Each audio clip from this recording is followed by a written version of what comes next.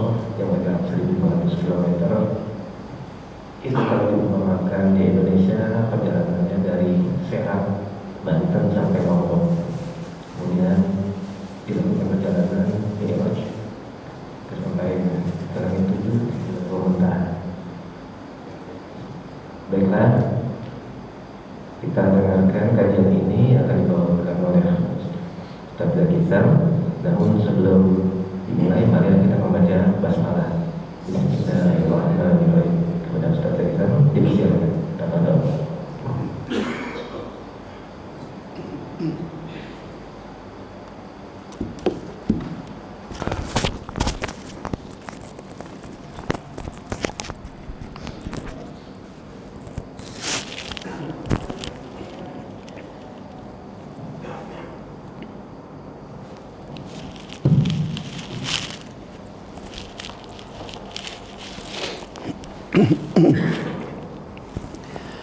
Bismillahirrahmanirrahim.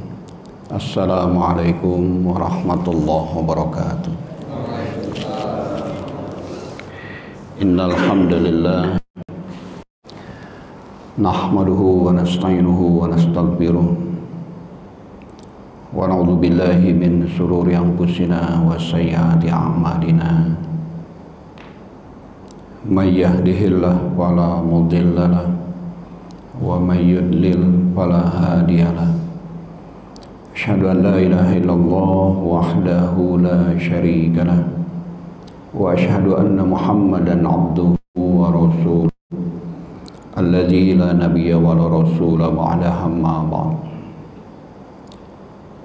Faqad qala Allah ta'ala fil Qur'anil Karim, a'udzu billahi minasy syaithanir rajim. Ya ayyuhalladzina amanu taqullaha haqqa tuqatih wa la tamutunna illa wa antum muslimun. Bapak-bapak, para hadirin yang saya hormati, saya muliakan, semoga semuanya dimuliakan oleh Allah Subhanahu wa ta'ala. Alhamdulillah, di pagi hari ini kita diizinkan bertemu, bermuajahah, bersilaturahim. Semoga pertemuan kita pertemuan yang diridhoi oleh Allah Subhanahu wa ta'ala. Marilah kita panjatkan puji syukur kehadirat Allah. Kita mohonkan semoga sholawat beserta salam selalu dicurahkan kepada junjungan kita, Nabi besar kita semua, Nabi Muhammad sallallahu alaihi wasallam, kepada para keluarganya, kepada para sahabatnya, serta kepada para pengikutnya hingga akhir zaman. Bapak yang bagian laptop, punten, ini langsung ke YouTube ya Pak? Bisa nggak ditunda Pak? Sampai hari Sabtu jam 8. Karena materi ini kebetulan hampir mirip dengan yang akan saya sampaikan di Arcadia hari Sabtu subuh. Kalau mereka nonton ini kosong Pak pengajian saya. Insya Allah Sabtu besok tinggal selang 1 hari saya di Arcadia di sini. Kalau dibuka ya nggak ada yang ngaji dong. Saya jauh banget datang dari hampir Bogor. Ditunda bisa ya Pak? Saya rekam aja Ustaz. Saya rekam, saya upload. Oh iya, baik. Hatur nuhun Pak. Para hadirin yang saya hormati, saya muliakan. Ada seorang anak lelaki usia 10 tahun. Rajin benar dia hadir ke masjid untuk ikut sholat maghrib berjamaah. Hampir tidak pernah absen dia hadir ke masjid. Sholatnya juga benar. Dia tidak bercanda. Pokoknya dia ikuti sholat dari awal sampai akhir tanpa bercanda. Kalau sudah maghrib dia pulang. Tetapi para hadirin itu, para jamaah kesel dengan kehadiran anak itu. Padahal rajin gitu ya, tapi jamaah nggak suka. Karena anak tersebut kalau membaca amin itu sekeras-kerasnya. Jadi dia narik napas gitu, dia ucapkan aminnya kencang bener gitu. Sampai jamaah terganggu gitu. Hilang kehusuan. Akhirnya suatu hari salah satu DKM menasehati anak itu, disaksikan oleh jamaah lain. Atur nuhun. Anak itu sopan, dia nunduk aja. Dinasehatin dia diam aja, dia diam gitu. Kata salah satu DKM, "Nak, kamu rajin sholat, kami senang. Kamu nggak bercanda lagi, bagus. Tapi kenapa sih aminnya sampai sekeras itu?" Dia nggak mau jawab. Dia nunduk aja. Akhirnya dibujuk-bujuk, "Kenapa?" Kata jamaah yang lain, "Iya nak, kenapa? Kok aminnya keras sekali sih? Emang nggak bisa aminnya pelan-pelan?" Apa kata dia? "Saya sengaja Pak." Gregetan itu orang-orang tua yang hadir ngedengernya. "Kamu mah malah sengaja." Kenapa? Dia nggak mau jawab lagi. Dia nunduk gitu. Kesian sih jamaah ngelihat dia, tapi kan perlu dinasehati. "Kenapa kamu malah sengaja? Kan amin pelan aja cukup." Apa dia bilang? Jawaban dia membuat yang mendengarnya malah menunduk. Kata anak itu, "Saya sengaja Pak, aminnya keras. Karena saya kepengin amin saya didengar oleh ayah saya." Loh, ayahmu? Ayah di rumah Pak, tidak pernah ke masjid.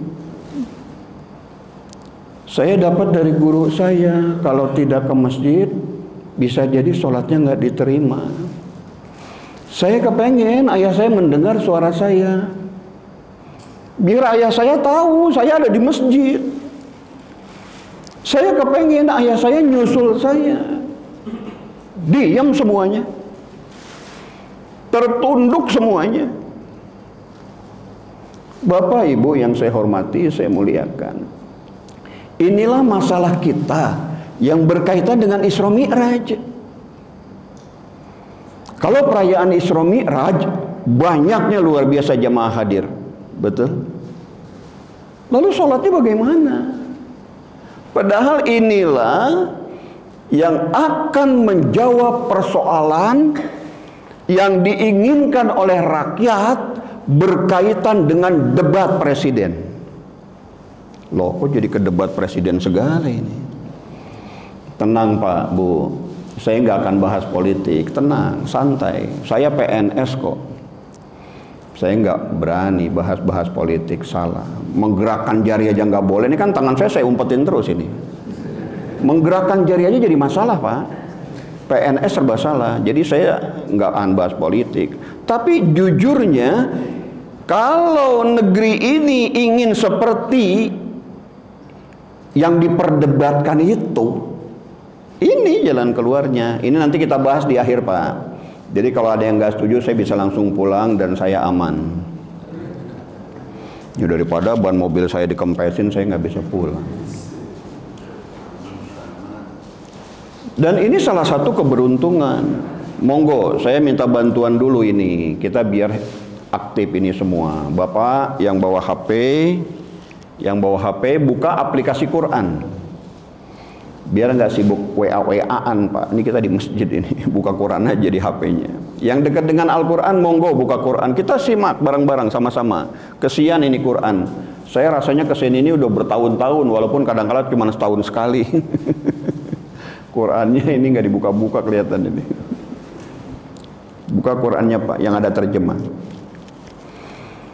Kita melupakan keberuntungan. Coba silakan buka surat 23, insya Allah udah hafal ini. Surat 23, surat Al-Mu'minun. Ayat 1 sampai 11 itu. Qad aflahal mu'minun. Sungguh, pakai kod lagi. Sungguh beruntung orang yang beriman. Harusnya, betul nggak Pak? Halo, betul nggak Pak? Harusnya. Nyatanya beruntung apa enggak sekarang kita? Harusnya orang mukmin itu beruntung. Dan ada syarat. Syarat nomor satunya, alladzina hum fi sholatihim khashi'un. Dia khusyuk dalam sholatnya. Luar biasa ini Isra Mi'raj. Kan bicara sholat bukan? Asal khusyuk dalam sholatnya. Tapi apa kata Huzaifah radhiyallahu an?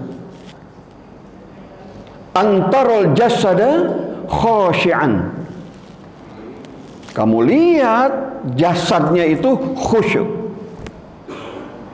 Wal qalbu laisa bi khashi'in, tapi hatinya tidak khusyuk. Orang kelihatan sholatnya khusyuk. Ini kata Huzaifah radhiyallahu an. Kelihatan sholatnya khusyuk gitu, hatinya tidak khusyuk. Nanti kita bahas. Dan kata Nabi Muhammad SAW dalam hadisnya, awwalu syai'in, sesuatu yang paling awal, yurfa'u min hadhil ummah, yang akan diangkat dari umat ini. Jadi yang pertama akan hilang dari umat ini al-khusyu', kata Nabi. Yang pertama akan hilang dari umat ini adalah khusyuk. Hatta la taraw fiha khashi'an, sehingga kamu tidak akan melihat orang-orang yang khusyuk dalam sholatnya. Nanti kita akan bahas insya Allah kalau waktunya keburu, kiat untuk khusyuk. Tapi ini saya mau tanya dulu, sampai jam berapa ini Pak? Jam 6 Pak? Hah? Jam 9. Jam 9, Masya Allah deh. Baru ada kajian dari subuh sampai jam 9 Pak. Luar biasa Bapak semangatnya. Mantap Pak. Jadi khusyuk ini yang pertama diangkat, hilang. Dan menurut Ibnul Qayyim rahimahullah, kualitas orang sholat ada 5. Ada berapa? Kualitas orang sholat ada 5. Entah kita ada di nomor berapa, ya Allah. Karena hadis menjelaskan nanti ada yang asyrun fiha. Selesai sholat itu ada yang dapatnya hanya 1/10. Tusu'u 1/9. Thumnu 1/8. Terus sampai yang tertinggi hanya dapat 1/2. Masya Allah, nilai sholat kita Pak. Ada yang hanya dapat 1/10, 1/9 nilainya. Kalau nilai sempurnanya 100, jauh amat nilai kita. Nah, kata Imam Ibnul Qayyim, kualitas orang sholat ini ada 5. Yang pertama adalah mu'aqqab. Ini paling rendah. Mu'aqqab artinya disiksa dia. Orang sholat malah disiksa. Kata sebagian orang, kalau begitu kita jangan sholat aja. Kalau nggak sholat malah kafir. Lebih berat lagi. Al-farqu, perbedaan mukmin dengan kafir adalah tarkus sholat, meninggalkan sholat. Nggak sholat malah kafir. Tapi sholat bisa jadi dia mu'aqqab, disiksa. Dan inilah yang terbanyak. Urutan pertama yang terbanyak, kedua berkurang, ketiga berkurang, paling susah nomor 5. Apa sebab orang itu mu'aqqab? Pertama adalah dia melalaikan waktu sholat, bermain-main dengan sholat. Harusnya sudah waktunya, terus saja dia mundur-mundurkan. Nyambung Pak? Halo, nyambung Pak? Masih bagian mu'aqqab adalah dia tidak kerjakan rukun-rukunnya. Rukun sholat tidak dikerjakan. Berwudu asal jadi, sholatnya pun asal jadi. Dia bilang menggugurkan kewajiban. Kata Ibnul Qayyim, malah disiksa, mu'aqqab namanya. Ini yang terbanyak. Semoga kita tidak masuk bagian ini. Amin ya Allah.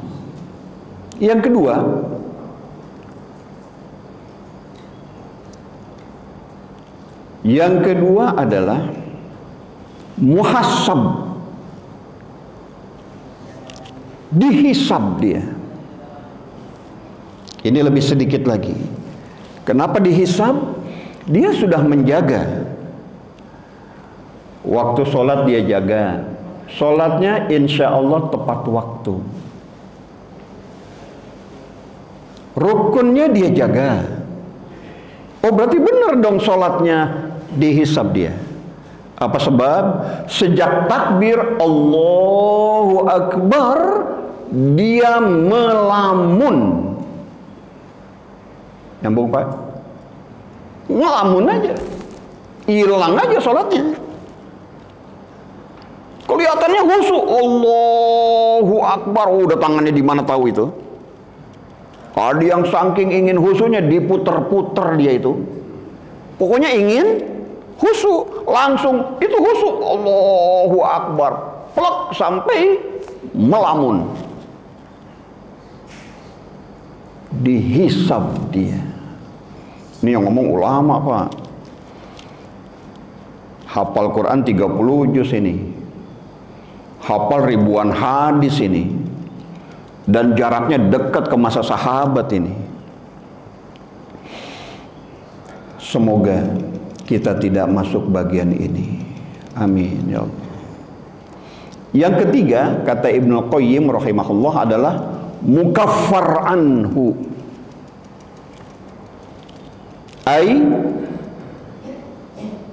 Dia diampuni, dihapus dosanya, diampuni, mukaffar anhu. Siapa orang yang masuk bagian ini? Dia sudah seperti nomor 2. Waktu-waktu sholat dijaga, rukun-rukun dijaga, seperti nomor 2. Dan dia tidak melamun. Tidak melamun. Dia berusaha khusyuk.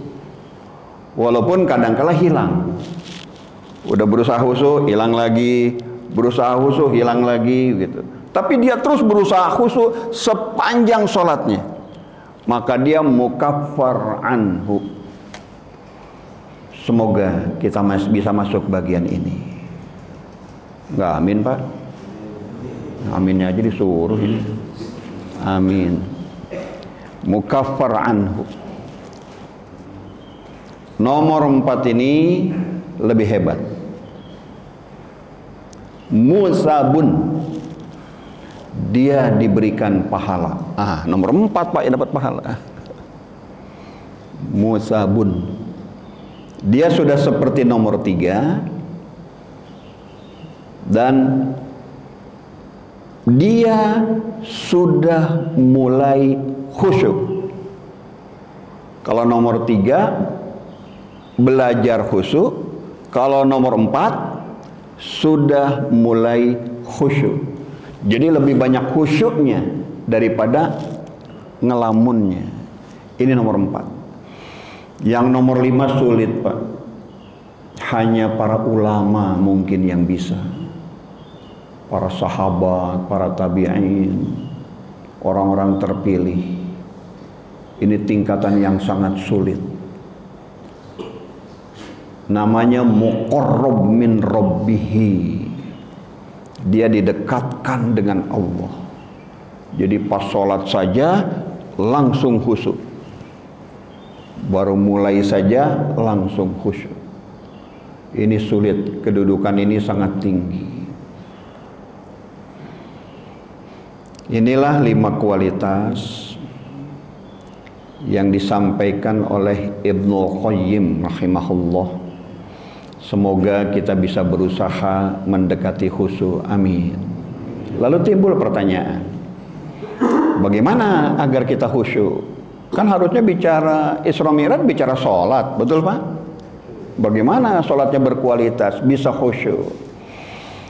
Banyak cara dikemukakan oleh para ulama, dan insya Allah benar.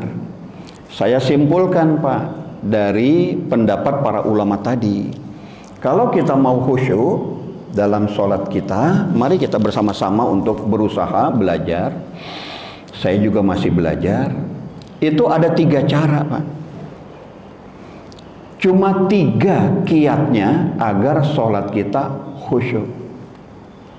Berapa Pak? 3. Ini Bapak ngaji nggak bawa catatan lagi. Kayaknya lupa semua ini, yang datangnya udah sepuh-sepuh lagi. Yang pertama adalah jangan menahan. Sederhana kan Pak? Halo? Jangan menahan. Menahan apa? Jangan menahan buang air kecil. Kalau kita sholat sedang menahan buang air kecil, inginnya lama apa cepat? Cepat. Kita akan ngomel-ngomel sama imam dalam hati. Payah nih imam, nggak tahu kondisi jamaah apa, ngomel-ngomel dia di hatinya. Oh nggak benar udah sholatnya. Nahanin sakit aja pengen buang air kecil, oh repot ini. Jangan menahan. Menahan buang air kecil, menahan buang air besar, menahan lapar. Makanya kata hadis makan dulu kan. Jangan banyak-banyak, karena nanti repot. Menahan ngantuk. Kalau tahajud ngantuk, tidur aja. Jangan dilanjutkan, nanti keluarnya bukan ayat tapi sumpah serapah. Jadi nomor 1, jangan menahan. Kalau itu sudah kita lakukan, kita udah dapat sepertiganya Pak. Udah nyaman, udah sholat. Sholat kita udah nyaman, rileks, karena sudah nggak nahan apapun. 1, jangan menahan. Yang kedua, jangan tergesa-gesa. Pantes membaca Al-Quranul Karim diminta warattilil Qur'ana tartila. Bacalah Quran dengan perlahan. Bacalah Quran tuh jangan ngebut, karena kita nggak menikmatinya. Sekarang maaf, bapak-bapak lihat di luar sana, orang yang merokok pengennya pelan apa cepat-cepat? Pura-pura aja nih ada yang ngerokok kali. Oh, lihatin dah, dia pelan, dihisap pelan-pelan, gitu kan? Dinikmati sama dia. Saya nggak ngerokok. Saya ngeliat teman saya bilang enak amat sih ngerokoknya, dinikmati gitu. Pelan-pelan disedotnya, dilepasnya pelan-pelan. Saya bilang, Masya Allah, ini kayaknya orang-orang kalau ngeliat dia ngerokok pada pengen ngerokok semua, karena dinikmati. Orang kalau makan di rumah makan, kadang-kala pemilik rumah makan kesel sama kita, karena kita makannya lama. Kesian yang pada ingin masuk rumah makan. Ya kita kan ingin menikmati makan, betul Pak? Kenapa makan bisa lama dinikmati? Giliran baca Quran gak dinikmati. Astagfirullahaladzim. Baca Quran perlahan, tartil. Makanya udah gak tepat itu Pak. Malam Jumat di masjid-masjid baca Yasin ngebut. Saya nggak bahas fikihnya Pak. Saya nggak mau bahas fikih, jadi ribut. Yang saya bahas ngebutnya, betul Pak? Ngebut kan kadang-kala. Saya pernah penasaran Pak. Dulu waktu masih remaja saya pernah ikut itu, pengen tahu saya mereka baca Yasin, saya ikut-ikutan baca Yasin gitu. Saya baca pelan-pelan. Mereka udah selesai, saya masih beberapa lembar belum selesai.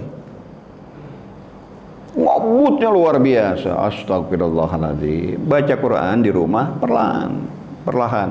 Begitu pula sholat. Baca pelan-pelan. Nggak seneng amat sih berlama-lama dengan Allah. Betul Pak? Halo, betul Pak? Nggak seneng amat sih berlama-lama dengan Allah. Cepet amat sih pengen segera berakhir bertemu Allah. Bertemu dengan orang yang kita cintai aja ingin berlama-lama, berarti kita bohong mencintai Allah.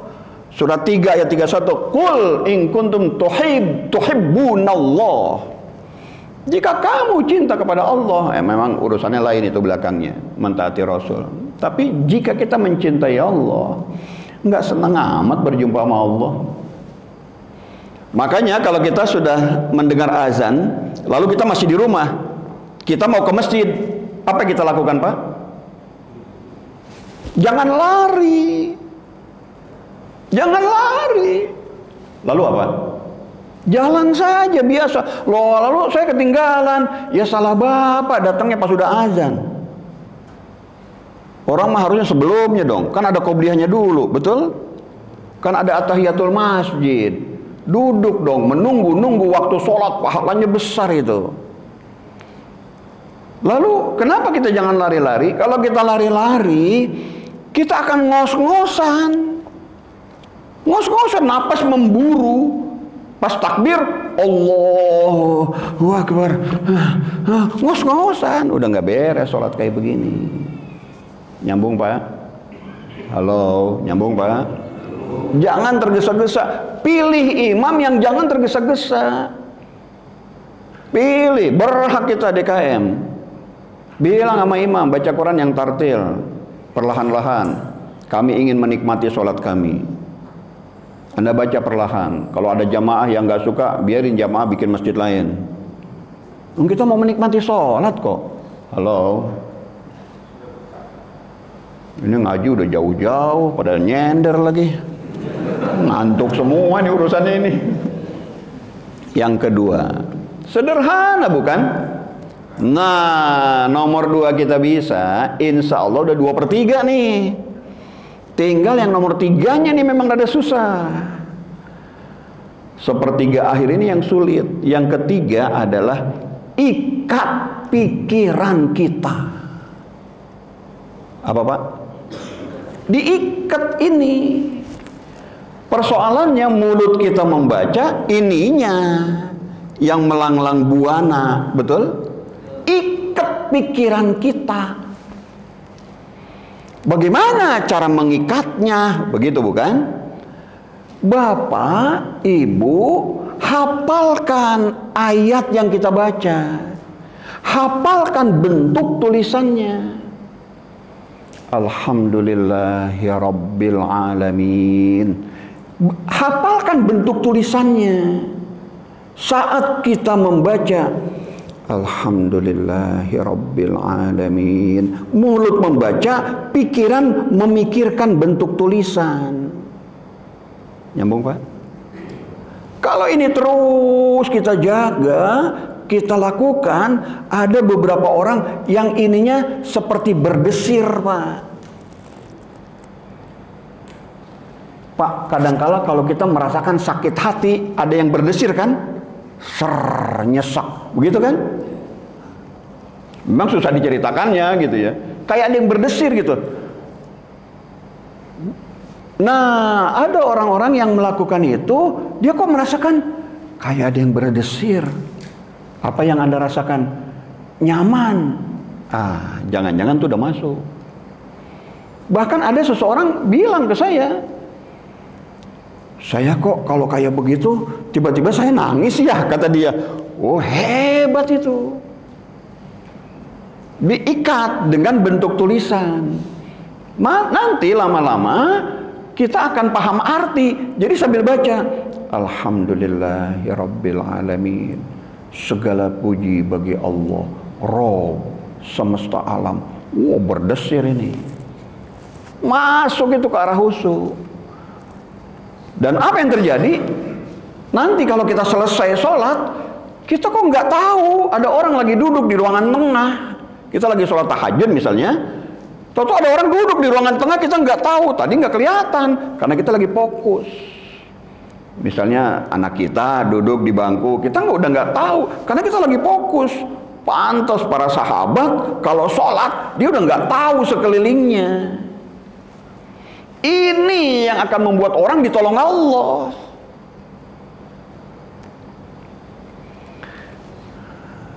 Sampai jam 6 ya Pak. Tinggal 25 menit nih Pak. Sekarang kita bicara tentang presiden Pak. Apa hubungannya ini? Bapak, Ibu yang insya Allah dicintai, dirahmati Allah Subhanahu wa Ta'ala. Di dunia ini kaitannya dengan Isra, dengan sholat ini. Tapi saya pengantarnya dulu.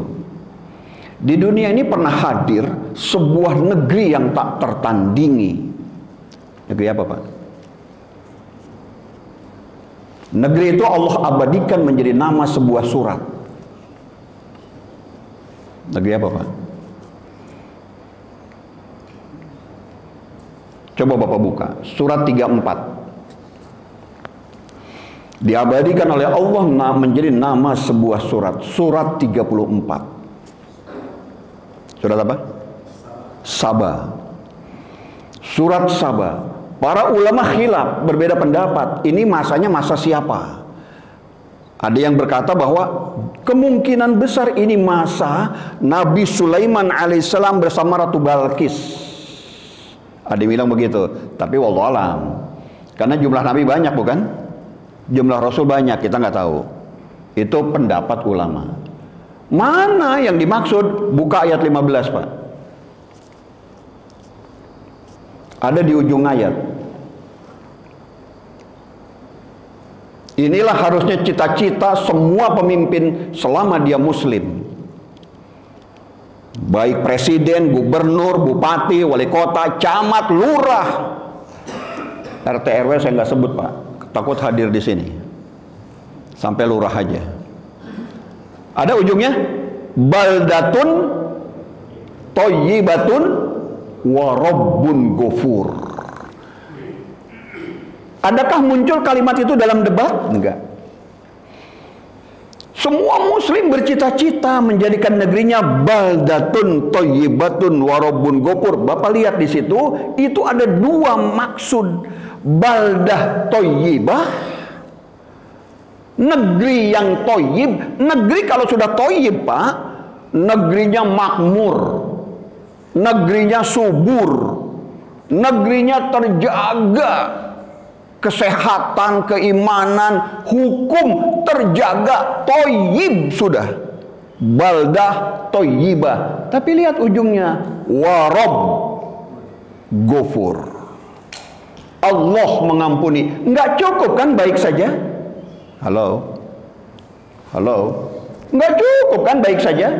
Allah mengampuni. Mana sisi Allah mengampuni? Nanti kita bahas. Insya Allah. Negeri ini belum pernah muncul Pak sekarang. Ada yang mendekati ini, tapi belum pernah muncul juga yang seperti itu. Di mana? Pernah muncul di masa tabi'in. Siapa Pak tabi'in? Murid sahabat.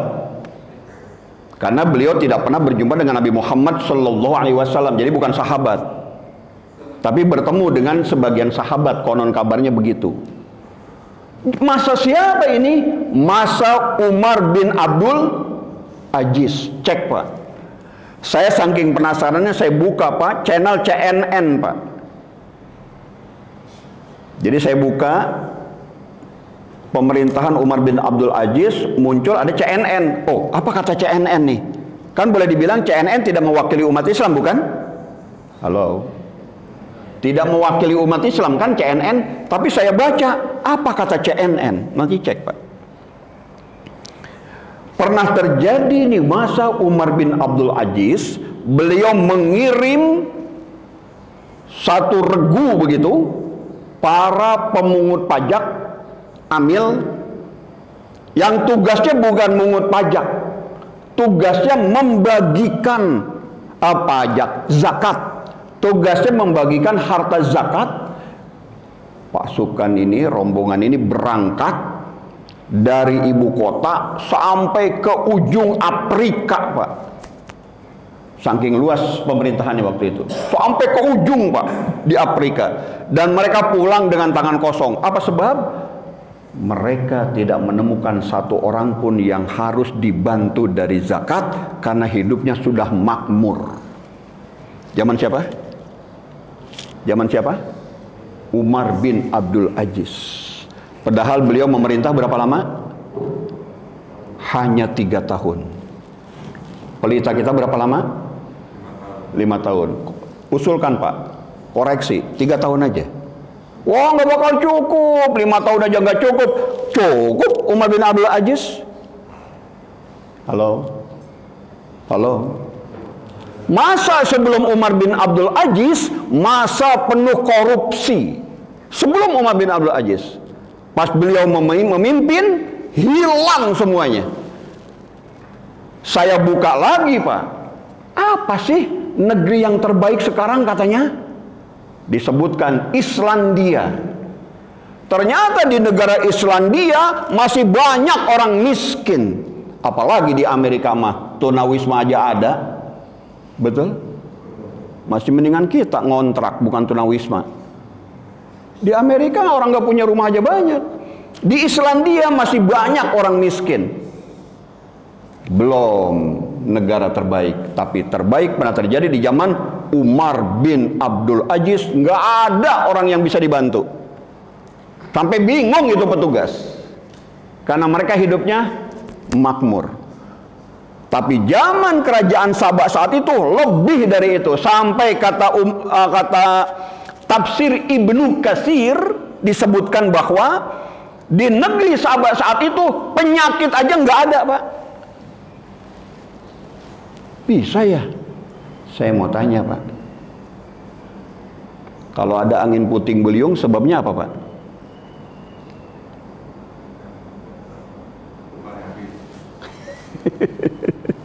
Buka, Pak. Buka, Pak. Surat 7, Pak. Ini kaitannya ke Sabah nih. Buka surat 7, Pak. Surat apa? Surat Al-A'raf. Sudah? Sudah, Pak? Ayat 133.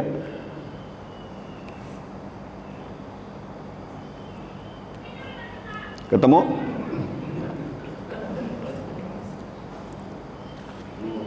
Ketemu? Fa'arsalna alaihimut tufan wal jarad wal kummala wal dhafadi'a wad dam ayatim mufassalat fastakbaru wa kanu qauman mujrimin. Ada, Pak? Fa'arsalna, maka telah kami kirimkan, kata Allah, alaihimut tufan, kami kirim kepada mereka topan.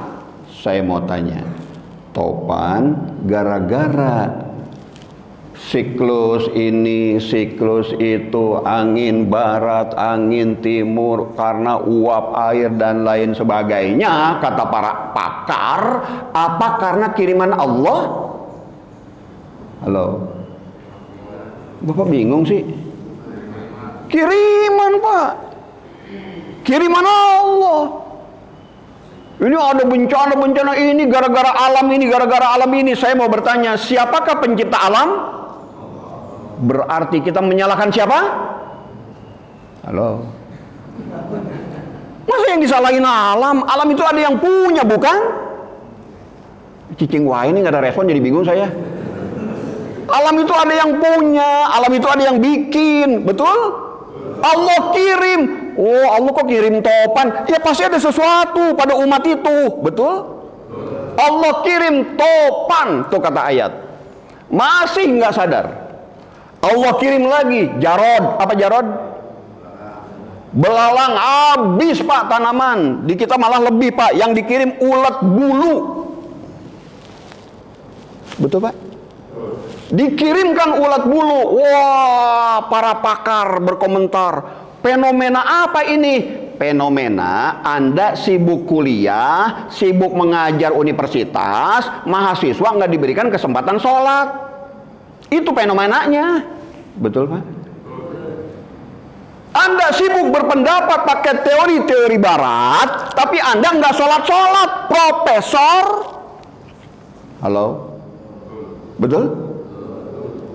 Fenomena-fenomena alam katanya, ini fenomena kiriman Allah, Pak, kiriman Allah.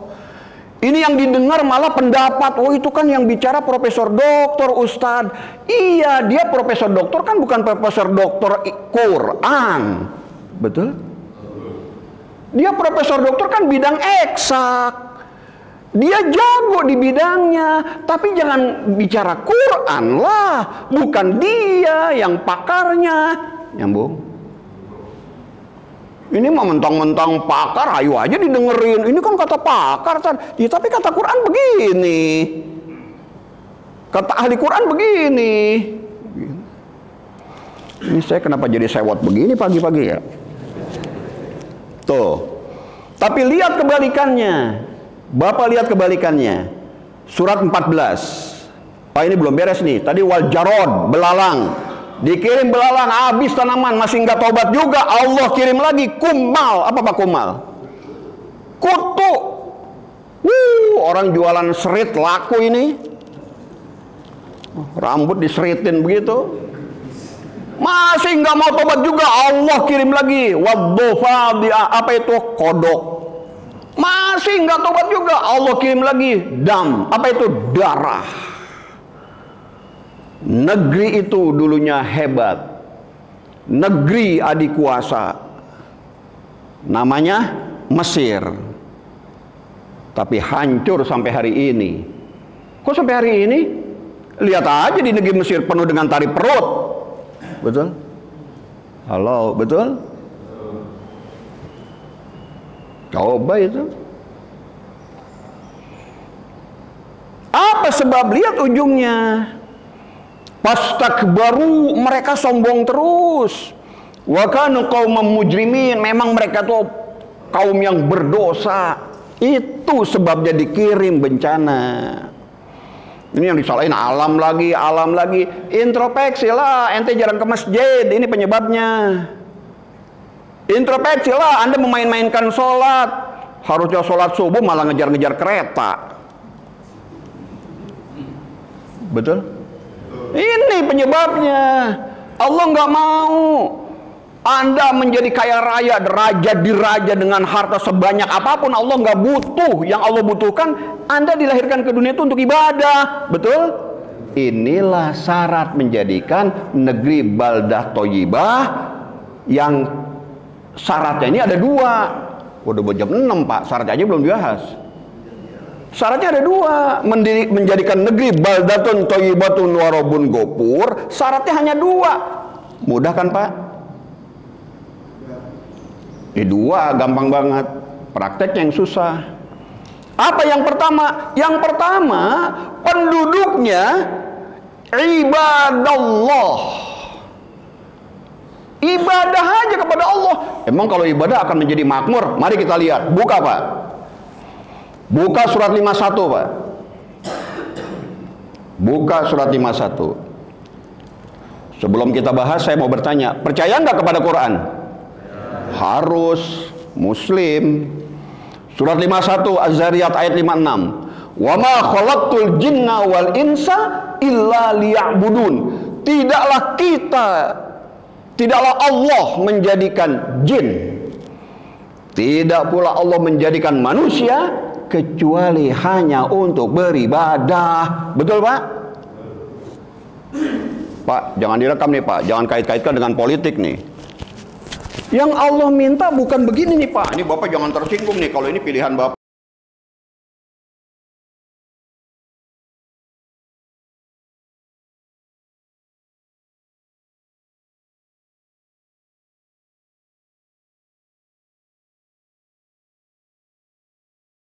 Orang Arab Saudi itu paling males Pak kerja. Oh, kata siapa? Bapak tinggal di Arab Saudi. Karena saya pernah tinggal di Arab Saudi. Orang Arab Saudi jam 9 aja masih tidur Pak. Males banget mereka. Lihat aja mobilnya Pak, kotor ngebul, nggak dilap-lap. Bapak lihatin kalau pergi haji, pergi umroh. Orang Arab itu males bekerja, tapi rajin ke masjid.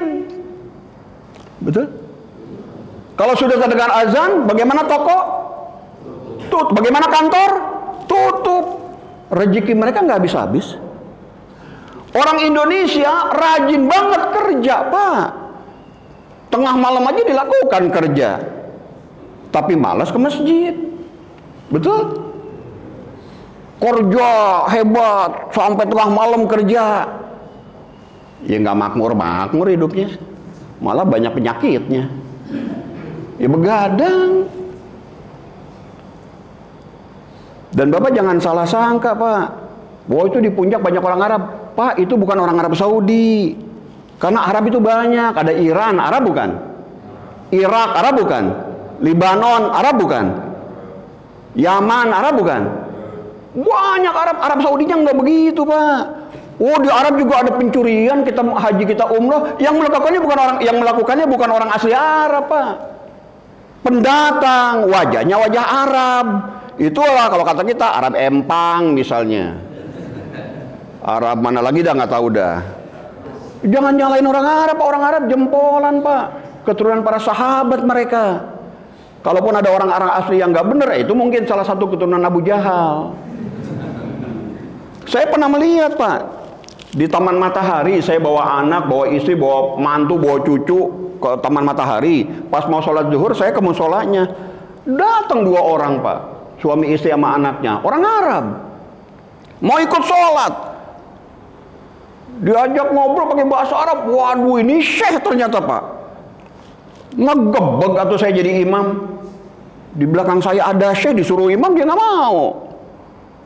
Orang Arab tuh, Pak. Kebiasaan mereka kalau sudah waktu sholat, mereka sholat. Makanya sekarang Bapak lihat di Arab Saudi. Adakah di Arab Saudi kandang ayam? Nggak ada. Kandang kambing? Nggak ada. Tapi orang Arab tidak sulit mencari daging ayam, daging kambing. Betul? Halo, betul? Mereka makan daging. Kita tiap hari lewatin kandang ayam, kandang kambing. Belum tentu kita makan sate kambing tiap hari. Ya nggak punya duitnya. Betul? Di Arab Saudi itu hampir nggak ada, Pak, pohon buah-buahan kecuali korma. Betul? Tapi orang Arab Saudi gampang makan buah. Kita tiap hari ngeliatin orang jualan duren, masih nggak kebeli durennya. Di Arab Saudi itu hujan susah untuk turun. Kalau sudah turun hujan, mereka keluar hujan-hujanan, udah kayak anak kecil. Karena jarang turun hujan. Tapi apa yang terjadi? Arab Saudi tidak pernah kesulitan air minum. Betul? Bahkan air Arab Saudi dibawa ke negeri kita. Di kita hujan hampir tiap hari. Kadang-kala susah mendapatkan air bersih. Betul? Apa sebab? Bapak buka surat 7. Ini janji Allah. Kita nggak percaya. Yang dipercaya teori barat. Muslim percaya teori barat, bukan kepada Quran hadis. Surat 7 Al-A'raf ayat 96. Ada? Walau anna ahlal qura amanu wattaqau. Jika sekiranya penduduk bumi beriman dan bertakwa. Berapa syaratnya, Pak? Cuma 2. Beriman, bertakwa. Lapatahna, kata Allah, sungguh, Masya Allah, Allah janji. Pernahkah Allah melanggar janji? Tidak pernah. Sungguh, kata Allah, kami buka barokati minas sama'i wal ard. Kami buka barokah dari langit, dari bumi. Allah janji. Syaratnya apa? Beriman dan bertakwa. Dunia pendidikan aja hancur, Pak. Kata siapa? Saya di dunia pendidikan, Pak, sejak tahun 86 sampai hari ini. Kalau kita datang ke sekolah-sekolah, tertulis di depan visi misi sekolah. Harus punya. Supaya jadi arah, bukan? Tertulis visi misi sekolah, menjadikan anak beriman dan bertakwa. Musolahnya aja nggak punya. Ngomongnya beriman dan bertakwa. Saya bilang, ngaco aja sekolah ini. Hapus aja itu visi misi. Saya udah keliling, Pak, karena saya memang ditugaskan oleh negara bagiannya itu, ngecek sekolah-sekolah. Saya bilang, kacau ini sekolah. beriman dan bertakwa. Musola nggak ada. Bahkan ada kejadian saya datang ke sekolah negeri, Pak, Kabupaten Bogor ini. Nanti di YouTube-nya umumkan, Pak. Sekolah-sekolah sudah dengerin gitu, Pak. Sekolah negeri saya datangin, masjidnya besar, Pak. Karena saya pas zuhur izin ke kepala sekolah, saya mau ke masjid dulu. Itu kepala sekolah bingung ngelihat saya tuh. Saya bilang, kok saya mau ke masjid bingung sih kepala sekolah. Saya berangkat ke masjidnya, besar banget, Pak, masjidnya. Apa yang terjadi? Saya datang ke sana nggak ada air wudhu. Memang daerah kering, Bapak tahulah daerah Tandus di Bogor di mana. Masjidnya besar, negeri, Pak. SLTA. Nggak ada air wudhu. Saya balik lagi, Pak, nggak ada air wudhunya, Pak. Iya, Pak Jeki, nggak ada air, kita kan susah air. Nah, terus anak murid gimana nih sholat zuhurnya? Ya nanti kita pulangkan. Dipulangkan jam berapa? Jam 2. Astagfirullah. Visi misinya iman takwa. Ya hancur di negeri. Makanya Bapak lihat kemarin di Kabupaten Bogor, ada anak dicacak, Pak. Mati satu. Anak SMK swasta dicacak. Cacak, Pak, bukan lagi disabet. Oleh anak SMK negeri Bogor. Baru belum semingguan lah kali. Beginilah akhirnya negeri kita. Hilang barokah.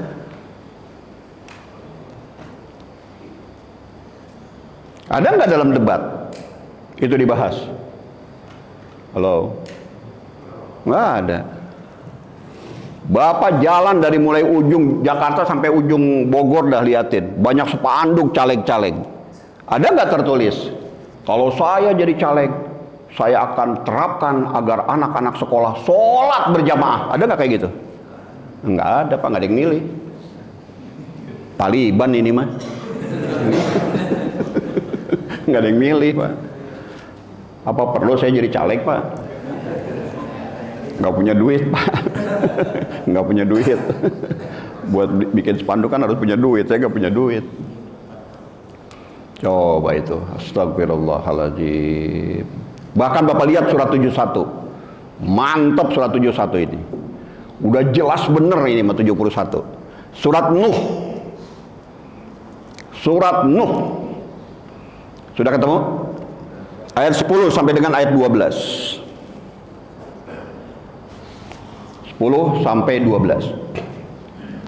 Ada? Faqultu astaghfiru rabbakum innahu kana ghaffara. Ada? Sudah ketemu? 71 ayat 10. Faqultu astaghfiru rabbakum innahu kana ghaffara. Yursilis samaa 'alaikum midrara wa yumdidukum bi amwal. Ada, Pak? Ditambahkan amwal oleh Allah. Amwal ini adalah bentuk jamak dari mal. Mal aja udah banyak, Pak. Kita diberikan harta, mal. Kalau ini amwal, diberikan harta, banyak sekali. Apa sebab? Perbanyaklah istighfar, mohon ampun pada Allah, tentu saja dengan jalan ibadah, salah satunya sholat khusyuk. Betul? Bukan kerja, enggak. Sholat jalan keluarnya. Betul, Pak? Bahkan dahsyat sekali nih, Pak, surat 24. Surat 24. Surat apa? An-Nur. Ayat 55. Enggak usah Indonesia, Pak. Tidak usah Indonesia. Bahkan jadi presiden ASEAN, ada nggak, Pak? Bukan organisasi, Pak. Presiden beneran. Emang ada. Coba Bapak baca di situ. Wa'adallah. Ada? Wa'adallahu alladhina amanu minkum wa 'amilus sholihat. Allah menjanjikan. Pernah Allah melanggar janji? Tidak. Allah menjanjikan kepada orang-orang yang beriman dan beramal soleh, cuman dua kan Pak? La yastakhlifannahum fil ard. Sungguh akan Allah jadikan mereka berkuasa di muka bumi. Nggak usah Indonesia Pak, kecil Indonesia mah. Se-ASEAN Pak, negara lain kita jajah. Oh, direkam lagi nih di YouTube. Pak, bagian itu dipotong Pak. Allah jadikan penguasa di muka bumi. Kama stakhlafal ladzina min qablihim, sebagaimana pernah Allah jadikan orang-orang kamu sebelum kamu berkuasa di muka bumi. Makanya lihat, di zaman Nabi Muhammad sallallahu alaihi wasallam, Nabi mengajarkan kepada para sahabatnya jaga akidah, jangan syirik, lalu ibadah, hanya itu, lalu akhlak mulia. Itu yang dilakukan Nabi. Sepeninggal Nabi wafat, sahabatnya menjadi gubernur di mana-mana. Betul?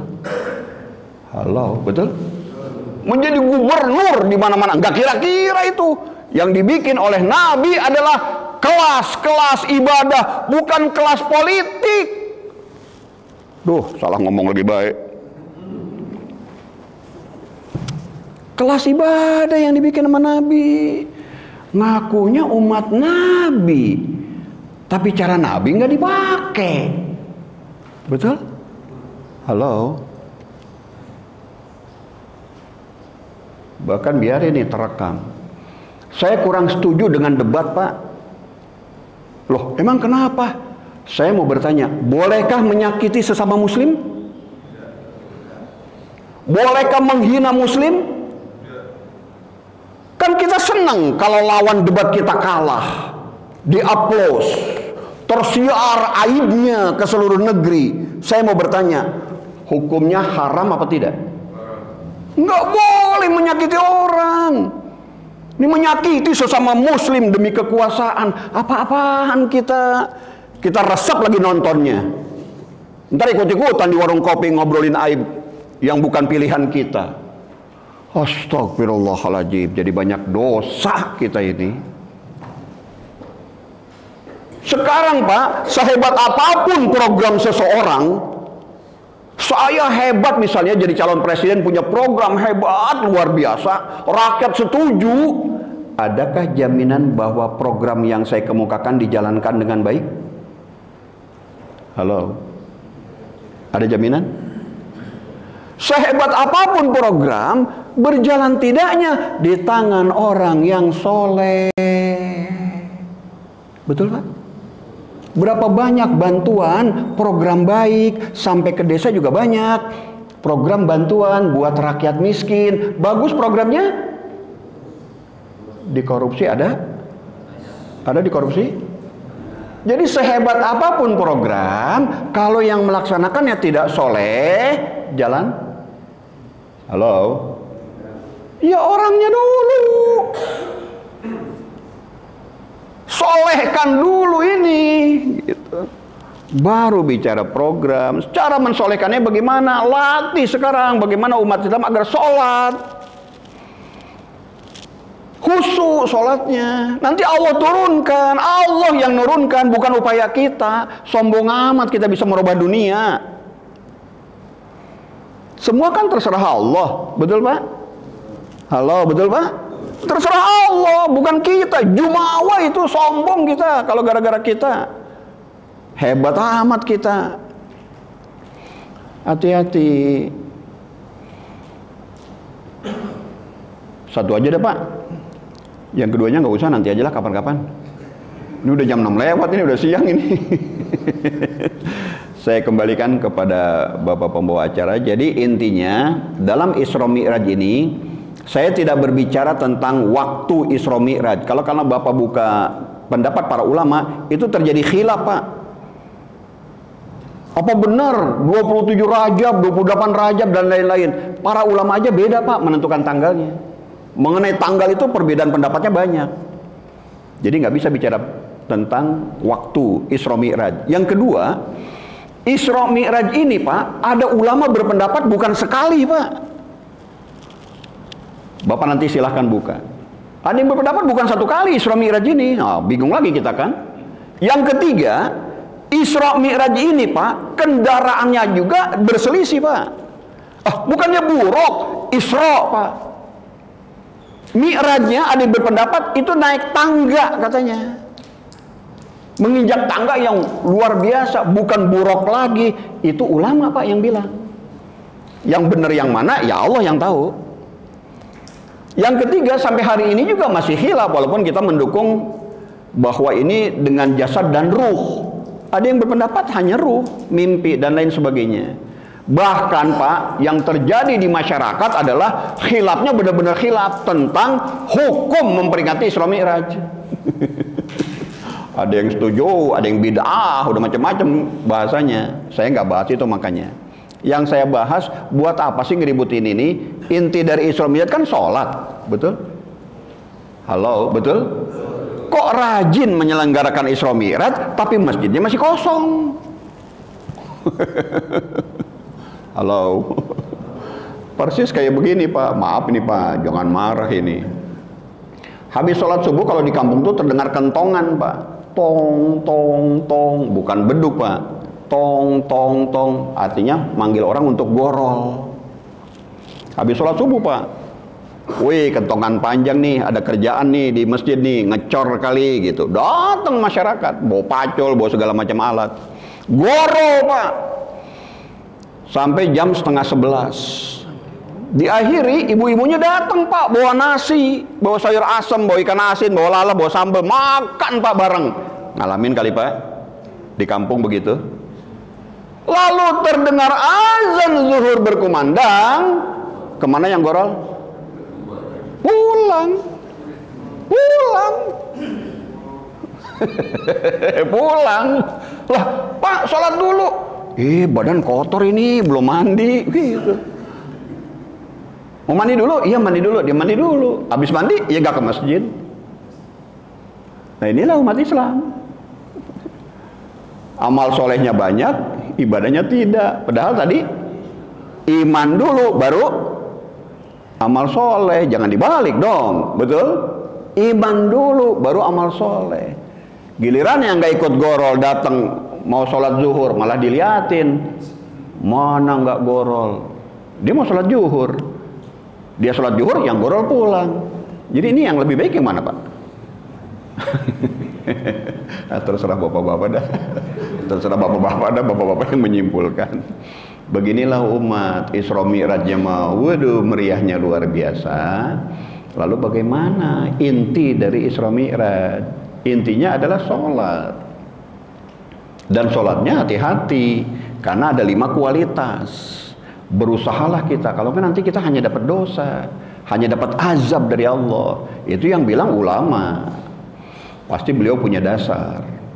Dan kalau ini dilaksanakan dengan sebaik-baiknya, yakin negeri ini akan menjadi seperti, walaupun tidak mirip sama, menuju baldatun thayyibatun wa rabbun ghafur. Tapi saya sedih, saya melewati tempat-tempat orang kampanye akbar. Kampanye akbar, penuh orang, ribuan. Masjidnya kosong. Coba kalau kampanye akbar diakhiri dengan sholat berjamaah, betul? Halo, betul? Oh gimana wudunya? Ya bawa aja lah aqua galon, aqua yang gede, bisa buat wudu bukan?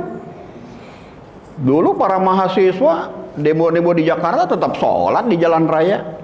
Betul? Bisa. Masa gara-gara kampanye nggak bisa sholat? Itu banyak saya liatin. Saya bilang, ya Allah, ngomongin pepesan kosong jadinya. Astagfirullahaladzim. Hanya kemurkaan Allah yang turun, bukan pertolongannya. Ini yang bisa saya sampaikan. Punten saya kemana-mana ini, karena pagi ini lagi gregetan saya soalnya. Jadi ini saja, mudah-mudahan ada manfaatnya. Saya kembalikan kepada Bapak pembawa acara. Silahkan, terserah mau diskusi atau gimana. Saya bebas-bebas saja karena hari libur. Subhanakallahumma wa bihamdika asyhadu an la ilaha illa anta astaghfiruka wa atubu ilaik. Assalamualaikum warahmatullahi wabarakatuh.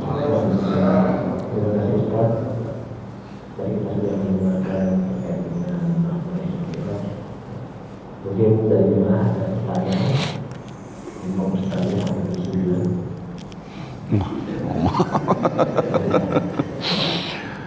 Sampai jam 9 mah makan bubur 2 kali, Pak. Assalamualaikum warahmatullahi wabarakatuh. Waalaikumsalam warahmatullahi Waalaikumsalam atas kajiannya.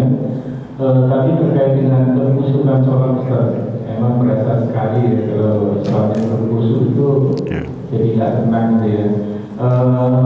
Pertanyaannya bagaimana, mohon maaf sekali ya, kalau sepertinya mungkin ada jamaah, mungkin maaf, kalau misalkan dalam rangka untuk mencari kehusukan dalam sholat, mungkin ada suatu gerakan atau hal lain yang mungkin kadang karena minimnya yang kita kadang suka, apakah itu gimana ya, gitu loh, ada gerakan yang setahu kita itu kok baru kita lihat misalkan sebagainya itu ya. Terus bagaimana dengan cara meraih kehusukan dalam sholat, terutama misalkan saya ya, mungkin masih tahapan hafalan gitu ya Ustaz ya, mungkin baru tahapan untuk belajar gimana nih kita bisa menghafal ayat Al-Quran itu dengan baik dan benar gitu ya, belum masuk ke tahapan benar-benar bisa memahami ya, seperti itu Ustaz. Terus sama kehusukan mungkin sholatnya orang tua misalnya, kadang kan ya ada keringanan yang kita ketahui ya, kadang kan ada yang orang tua emang ya sering kita ingetin, tapi kadang khawatir juga nih, gimana ya sholatnya beliau, padahal sholat itu kan yang agama seperti itu. Waalaikumsalam. Baik, terima kasih Pak.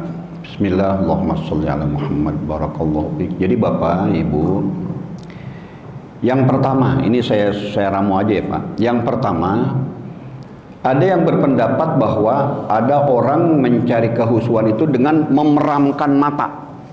Matanya merem. Ada pendapat sebagian kalangan mengatakan bahwa hukumnya makruh, ada sebagian pendapat. Tapi pas saya baca pendapat-pendapat lain, tidak masalah. Memang sebaiknya tidak merem. Tapi kalau ternyata malah kita terganggu, maka kata sebagian ulama tidak masalah dan bukan kategori makruh. Saya membaca pendapat para ulama salaf itu berpendapat begitu. Sebaiknya jangan merem. Sebaiknya. Tapi ada yang terganggu. Karena sekarang banyak orang sholat itu kadangkala baju, kaos ada tulisan di belakang. Dia pakai jaket ada tulisan. Jadi kita sibuk baca tulisan gitu. Kan kacau tuh. Di antaranya itu dikemukakan oleh Amin Nurbait di antaranya. Dia membawakan pendapat-pendapat dari ulama Timur Tengah. Saya baca, ini pendapat ulama Timur Tengah kata beliau. Jadi di antaranya ada yang berpendapat bahwa sebaiknya tidak merem. Cuman kalau tidak merem itu malah terganggu, ya sudah, nggak apa-apa merem. Jadi merem itu karena ada alasan. Itu satu. Yang kedua, orang kalau mau belajar naik sepeda kan harus latihan dulu. Nggak mungkin kan orang tiba-tiba bisa bawa motor, bisa bawa sepeda tanpa latihan. Nah, latihan khusyuknya Pak, coba Bapak hafalkan bentuk tulisan Subhanallah. Tinggal kita lihat di internet tulisan Subhanallah, panjang pendeknya ingetin. Subhanallah. Kita ingetin bentuk tulisan. Lalu Bapak duduk diam, udah nggak nahan kencing, nggak nahan apapun, bacalah Subhanallah di tempat sepi di rumah. Gerakan ini, baca Subhanallah, meremlah dulu, mulut membaca, pikiran pikirkan bentuk tulisan. Subhanallah, Subhanallah. Ini masih kemana-mana pikiran. Terus udah mulai mengerucut, lama-lama dia akan mengerucut. Ingat, Subhanallah. Bentuk tulisannya ingat. Terus kalau Bapak sudah mendapatkan tiba-tiba ada seperti desiran gitu, ya memang susah ya, seperti apa ya, ada nyaman begitu, itu udah mendekati khusyuk. Latihannya lafalkan subhanallah. Kalau sudah bisa tambah alhamdulillah. Panjang pendeknya baca. Sampai ini rasanya nyaman bener ini. Nyaman bener ini. Kita udah nggak ngemikirin yang lain. Lalu kalimat Allahu Akbar. Dan itu kan kalimat zikir sesudah sholat. Jadi nanti habis sholat dimanapun itu dilatih. Nah, tingkat keberhasilan beda-beda. Ada yang susah gitu konsentrasi. Nah, ada penyebab kenapa orang susah konsentrasi melafalkan zikir itu. Karena di pikiran dan di hatinya ada hal lain selain Allah. Contoh, kita nonton misalnya ya apa? Misalnya apa nontonnya? Bapak senangnya apa nontonnya? Di televisi apa? Nonton apa? Hah? Bola. Nonton bola. Bapak nonton bola gitu. Si ini nendang, gol gitu. Dikala kita berzikir, itu yang muncul. Allahu Akbar, Allahu Akbar. Nendang bola. Itu yang kepikiran. Karena Allah tidak memberikan dua ruang dalam hati. Kalau ruang itu terisi Allah, maka yang lain nggak masuk. Tapi kalau yang lain masuk, Allah nggak mau. Penyebabnya ini hilangkan juga gitu. Berat ya Pak? Insya Allah bisa. Dan untuk sholat, coba dihafalkan saja 2 surat dulu Pak. Qul ya dengan kulhu. Panjang pendeknya dibaca. Qul ya ayyuhal kafirun. Pelan-pelan gitu. La a'budu ma ta'budun. Terus itu. Nyaman Pak. 1 surat aja dulu fokus. Terus kulhu fokus. Kalau sudah bisa 2 surat, ini aja dulu dilatih. Kalau sudah bisa, baru pindah ke surat lain. Yang pendek-pendek. Jangan banyak-banyak dulu. Makanya punten ini para imam. Para imam memang hafid mereka. Hafid gitu. Tapilah bacalah ayat yang jamaah tahu. Jangan jamaah yang nggak tahu. Giliran imamnya mogok, jamaah juga bingung semua gitu. Terusannya apa ya? Terusannya apa ya? Misalnya juz 30 diulang-ulang. Jangan dia nyari yang juz 18, juz 17. Ya dia mah hafal gitu. Tapi giliran dia mogok semua gitu. Nanti kalau juz 30 sudah, juz 29 gitu. Sambil membantu jamaah juga jadi ikut hafal.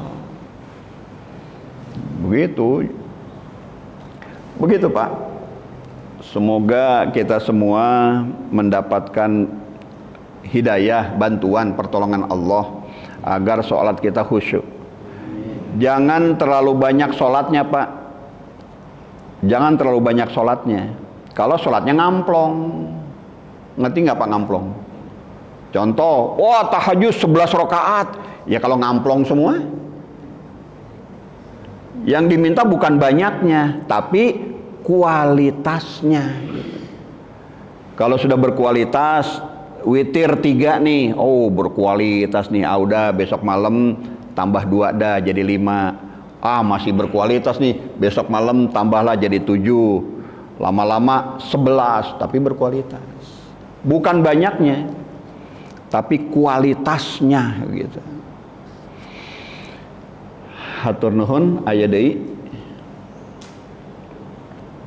Ada lagi Bapak-bapak? Cukup ya Ustaz? Cukup ya? Iya. Baik. Jika ini kebenaran datangnya dari Allah, jika ini kesalahan datangnya dari kekhilafan dan kebodohan saya, astagfirullahaladzim. Subhanakallahumma wa bihamdika asyhadu an la ilaha illa anta astaghfiruka wa atubu ilaik. Assalamualaikum warahmatullahi wabarakatuh.